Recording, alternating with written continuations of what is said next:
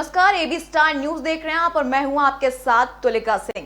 चमोली में आई आपदा के बाद राहत कार्य बचाव अभी भी जारी है और टनल में 34 लोगों के फंसे होने की खबर सामने आई है। आपको बता दें कि एसडीआरएफ की टीम और एनडीआरएफ की टीम मिलकर राहत बचाव कार्य में लगी है और हेलीकॉप्टर और ड्रोन के जरिए तकनीकी विभाग से ये लोग अपने मजदूरों को निकालने की कोशिश कर रहे हैं। वहीं 30 से 35 मजदूरों की फंसे होने की आशंकाएं सामने आ रही हैं। इसी के साथ प्रेम शर्मा चमोली से संवाददाता जुड़ चुके हैं। प्रेम शर्मा जी, राहत बचाव अभियान में अभी तक कितना आगे कार्य बढ़ा है, आप बताइए। जी रेणुका जी, मैं बता दूं 7 फरवरी का और प्रातः 10:30 बजे का भयानक मंजर यदि जिसने भी अपनी आंखों से देखा उसकी रूह कांपने लगी।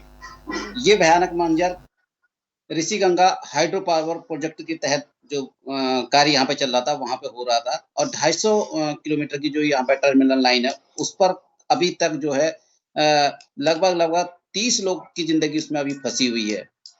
करें यदि हम वहां से जो रेस्क्यू की टीम जो काम कर रही है यदि उसके बात करें तो उससे कई प्रकार की दिक्कत आ रही है, जैसे कि अभी मौसम भी थोड़ा सा बादल हो चुके हैं तो अभी डर ये भी है कहीं दोबारा से वर्षा ना होने लगे। और हमारे जो एनडीआरएफ और एसडीआरएफ की और आईटीबी के जवान इस रेस्क्यू पे लगे हुए हैं, उनको दिक्कत है इस कामना का कि रात का समय भी बीच बीच में आ जा रहा है और जो ये यहाँ पर मलबा है वो एक गाद बहुत भयंकर किस्म की गाद है। लेकिन अभी जो एसडीआरएफ और एनडीआरएफ ने अपना एक प्लान पहले इनका था कि वो इस टर्मिनल को पूरा साफ करते जाएंगे, लेकिन उन्होंने अपना प्लान चेंज कर दिया है।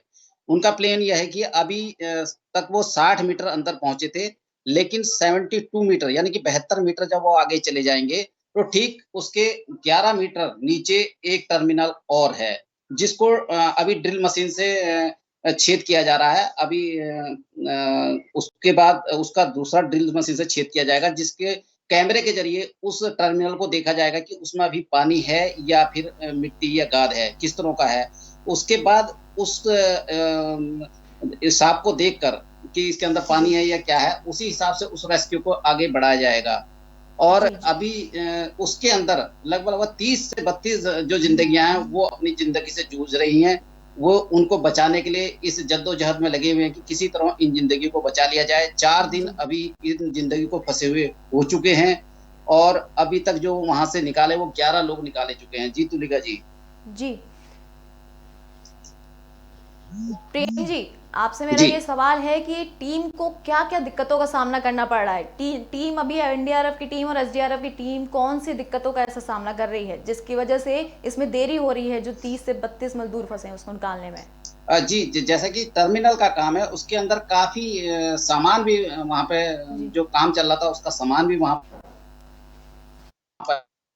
वो पूरी की पूरी 250 मीटर की जो टर्मिनल लाइन है वो पूरी तरह मिट्टी से भरी हुई है। और दिक्कतों का सामना यदि हम कहें तो वहां पर बिल्कुल सोच समझ के आगे कार्य चलाया जा रहा है। बुलडोजर आगे बहुत दिक्कतों के साथ बढ़ रहे हैं क्योंकि वहां पर सामान हो गया, सरिया हो गया या फिर उसकी लाइनें हो गई, लोहे की लाइनें हो गई, वो भी वहां पर पड़ी हैं, तो उसी हिसाब से उनको दिक्कतें भी आ रही हैं। लेकिन अभी तक जो है हमारी एसडीआरएफ और एनडीआरएफ की टीम जो है 60 मीटर पहले अभी कुछ समय वहां पर पहुंची थी, लेकिन अभी वो 72 मीटर तक पहुंच चुकी है। अब 72 मीटर के बाद उन्होंने अपना प्लान भी चेंज कर दिया है कि अभी जो है कैमरे के जरिए वो दूसरे टर्मिनल को भी चेक कर रहे हैं कि वहां पर पानी है और क्या क्या वहां पे असुविधा आ रही है। जी तुलिका जी। जी बहुत बहुत धन्यवाद आपका हमारे साथ जुड़ने के लिए। जी मैम, जैसे कि गौरी देवी अभी जी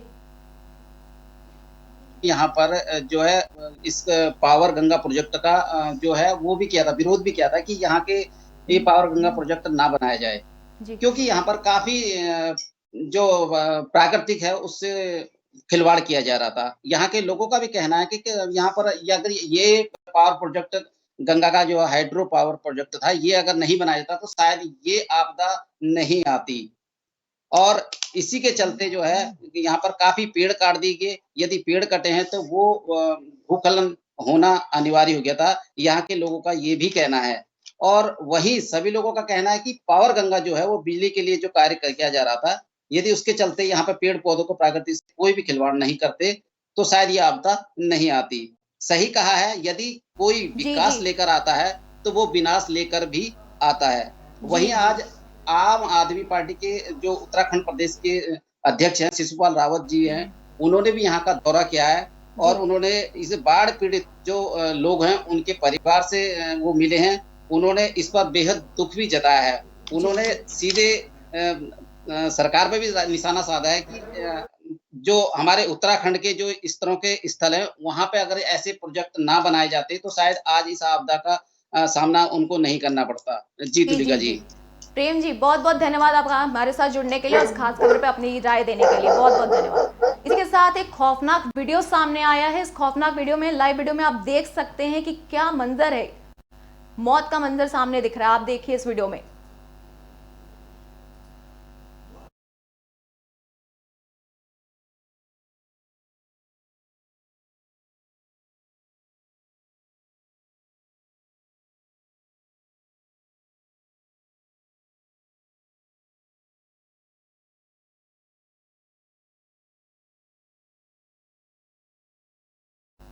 इसी बीच आज ग्लेशियर हादसे का खौफनाक वीडियो सामने आया। ये वीडियो उसी दिन का है जब अचानक भारी सैलाब आया तो हाइड्रो प्रोजेक्ट में काम कर रहे लोग इसकी चपेट में आ गए। आप देख सकते हैं, ये दिल दहलाने देने वाली तस्वीरें सामने आ रही हैं। ये ग्लेशियर हादसे की खौफनाक वीडियो सामने आई है। ये वीडियो उसी दिन का है जब अचानक भारी सैलाब आया था तो हाइड्रो प्रोजेक्ट में काम कर रहे लोग इसकी चपेट में आ गए और कई मजदूरों की इसमें जान चली गई।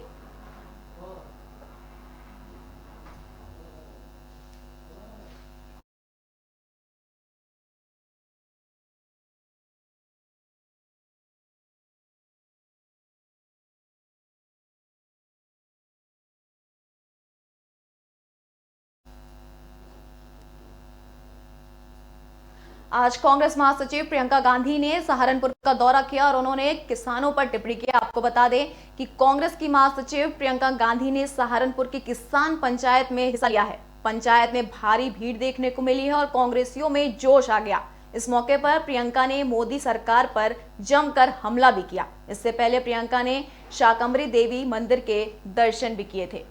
आपको बता दें, कांग्रेस की महासचिव प्रियंका गांधी ने सहारनपुर की किसान पंचायत में हिस्सा लिया और पंचायत में भारी भीड़ को देखते हुए कांग्रेसियों में जोश आ गया है। इस मौके पर प्रियंका ने मोदी सरकार पर जमकर हमला भी किया।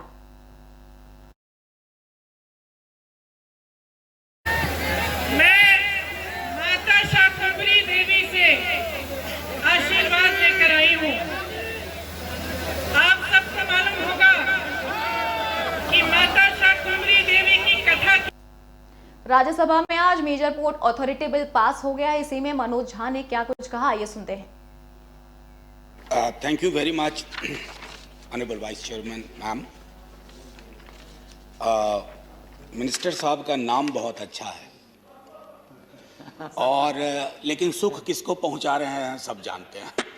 Anyway, on a lighter note and not so lighter note ma'am, I wish to say ये सरकार बहुत पारदर्शी सरकार है।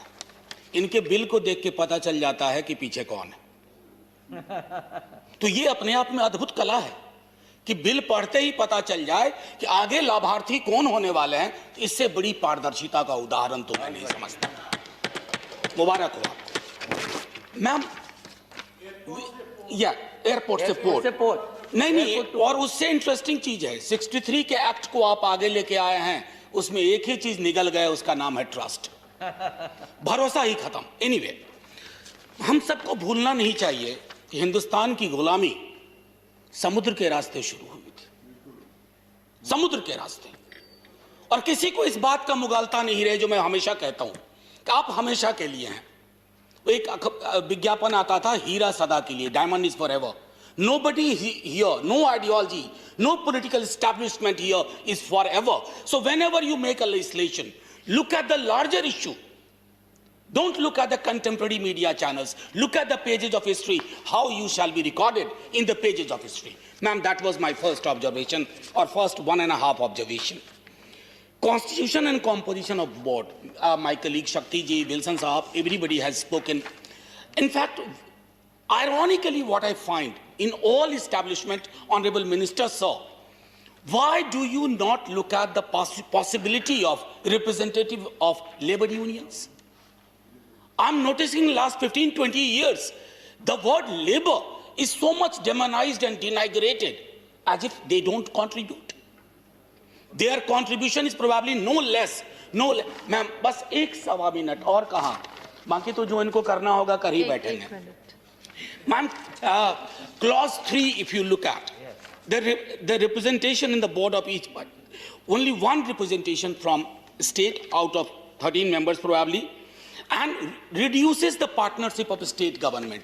सर ये आपकी कोऑपरेटिव फेडरलिज्म और फेडरल स्ट्रक्चर के प्रति सम्मान की मैं लगातार जो गाथा देख रहा हूं ना, शंका उत्पन्न होती है. Clause 25. Honorable Manoj ji, your time is over. Ma'am Please 40 seconds. Please. आप वहां बैठी हुई हैं तो थोड़ा और सुकून है. Quickly. Just wind up. It has the capacity, inherent clause to supersede a master plan. Again, federal power. Clause 56, no experts. When you rely too much on bureaucrats, it happens. Finally, ma'am, why didn't you think of two separate statutory body, honorable minister, sir, whose name sounds so good? Separately for East and West Coast. And finally, ma'am, just before Jai Hind, finally in 10 seconds, let's always look at the possibility of what you are going to achieve through this. Is it only individual gain at the cost of public good? Thank you, ma'am. Jai Hind. Thank you very much. Rajya Sabha से भी आज major port authority bill pass हो गया है. इससे पहले यह bill Lok Sabha से पास हो चुका था. विपक्षी नेताओं ने इस बिल का जमकर विरोध किया. इस मौके पर सांसद मनोज झा ने क्या कुछ कहा, सरकार पे तंज कसा, वो तो आपने सुन ही लिया है. इसके साथ ही अगली खबर पे बढ़ते हैं.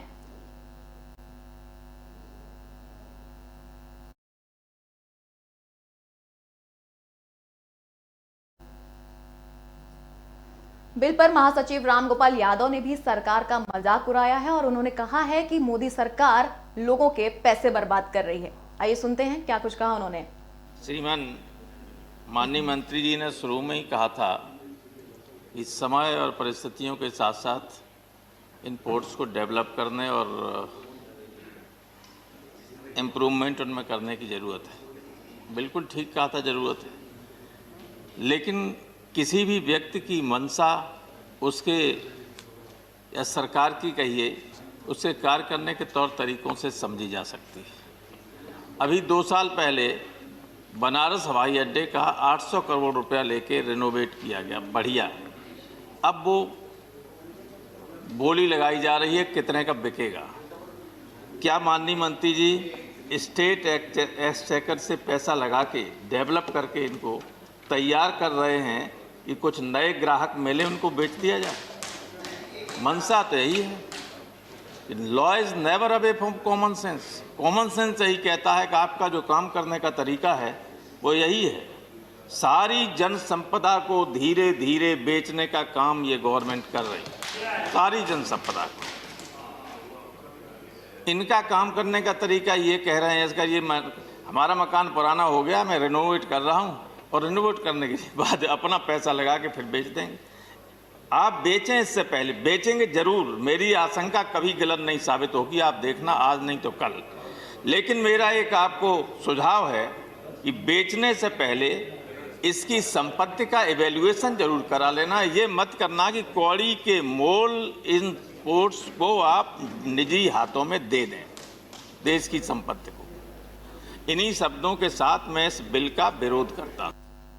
अगली खबर यूपी के कासगंज से है, जहां शराब माफियों ने पुलिस पर हमला बोल दिया है. आपको बता दें कि यूपी के कासगंज से खबर सामने आ रही है, जहां पर कासगंज में मंगलवार देर शाम शराब माफिया ने दुस्साहसिक वारदात को अंजाम दे दिया है. कुर्की के लिए नोटिस चस्पा करने गए दरोगा अशोक पाल और सिपाही देवेंद्र कुमार सिंह को जमकर पीटा गया. शराब माफिया ने सिपाही को पीट कर मौत के घाट उतार दिया, जबकि दरोगा की हालत गंभीर बताई जा रही है.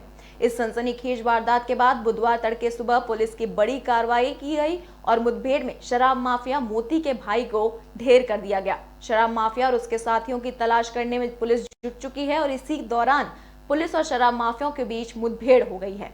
पुलिस को एक माफिया ने गोली चलाई, जिसके जवाब में पुलिस ने भी कार्रवाई कर दी है। इस मुठभेड़ में शराब माफिया मोती के भाई एलकार सिंह को गोली लग गई है। एलकार सिंह को गंभीर हालत में अस्पताल में ले जाया गया, जहां डॉक्टरों ने उन्हें मृत घोषित कर दिया। आपको बता दें कि कासगंज के नगला धीमर गांव में शराब का धंधा करने वालों के ठिकाने पर दबिश देने गए सिरपुरा थाने को एक दरोगा और सिपाही को बदमाशों ने दौड़ा कर पीटा है। उन्होंने पुलिसकर्मियों की वर्दी फाड़ दी और असलहे छीन लिए। कई घंटे तलाश के बाद दरोगा और सिपाही जंगल में लहूलुहान हालत में अलग अलग स्थानों पर मिले हैं।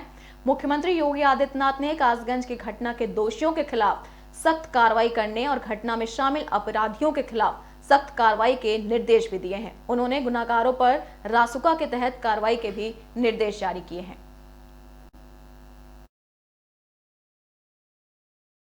आज शाम को सिरपुरा थाने के दरोगा जी और आरक्षी देवेंद्र नगला धीमर गांव में वांछित अपराधी की तलाश में गए हुए थे और वहां दुर्भाग्यपूर्ण घटना घटी है, जिसमें हमारे साथी सिपाही श्री देवेंद्र जी शहीद हुए हैं। माननीय मुख्यमंत्री जी ने इस घटना का तत्काल संज्ञान में लेते हुए जो अपराधी हैं उनके विरुद्ध कठोर कार्रवाई करने के निर्देश दिए हैं। साथ ही साथ जो हमारे साथी मृतक श्री देवेंद्र शहीद हुए हैं उनके परिवारीजन को 50 लाख रुपए और एक व्यक्ति को नौकरी देने की घोषणा। इसी के साथ बुलेटिन में इतना ही। देश और दुनिया की तमाम बड़ी खबरों के साथ देखते रहिए एबी स्टार न्यूज। नमस्कार।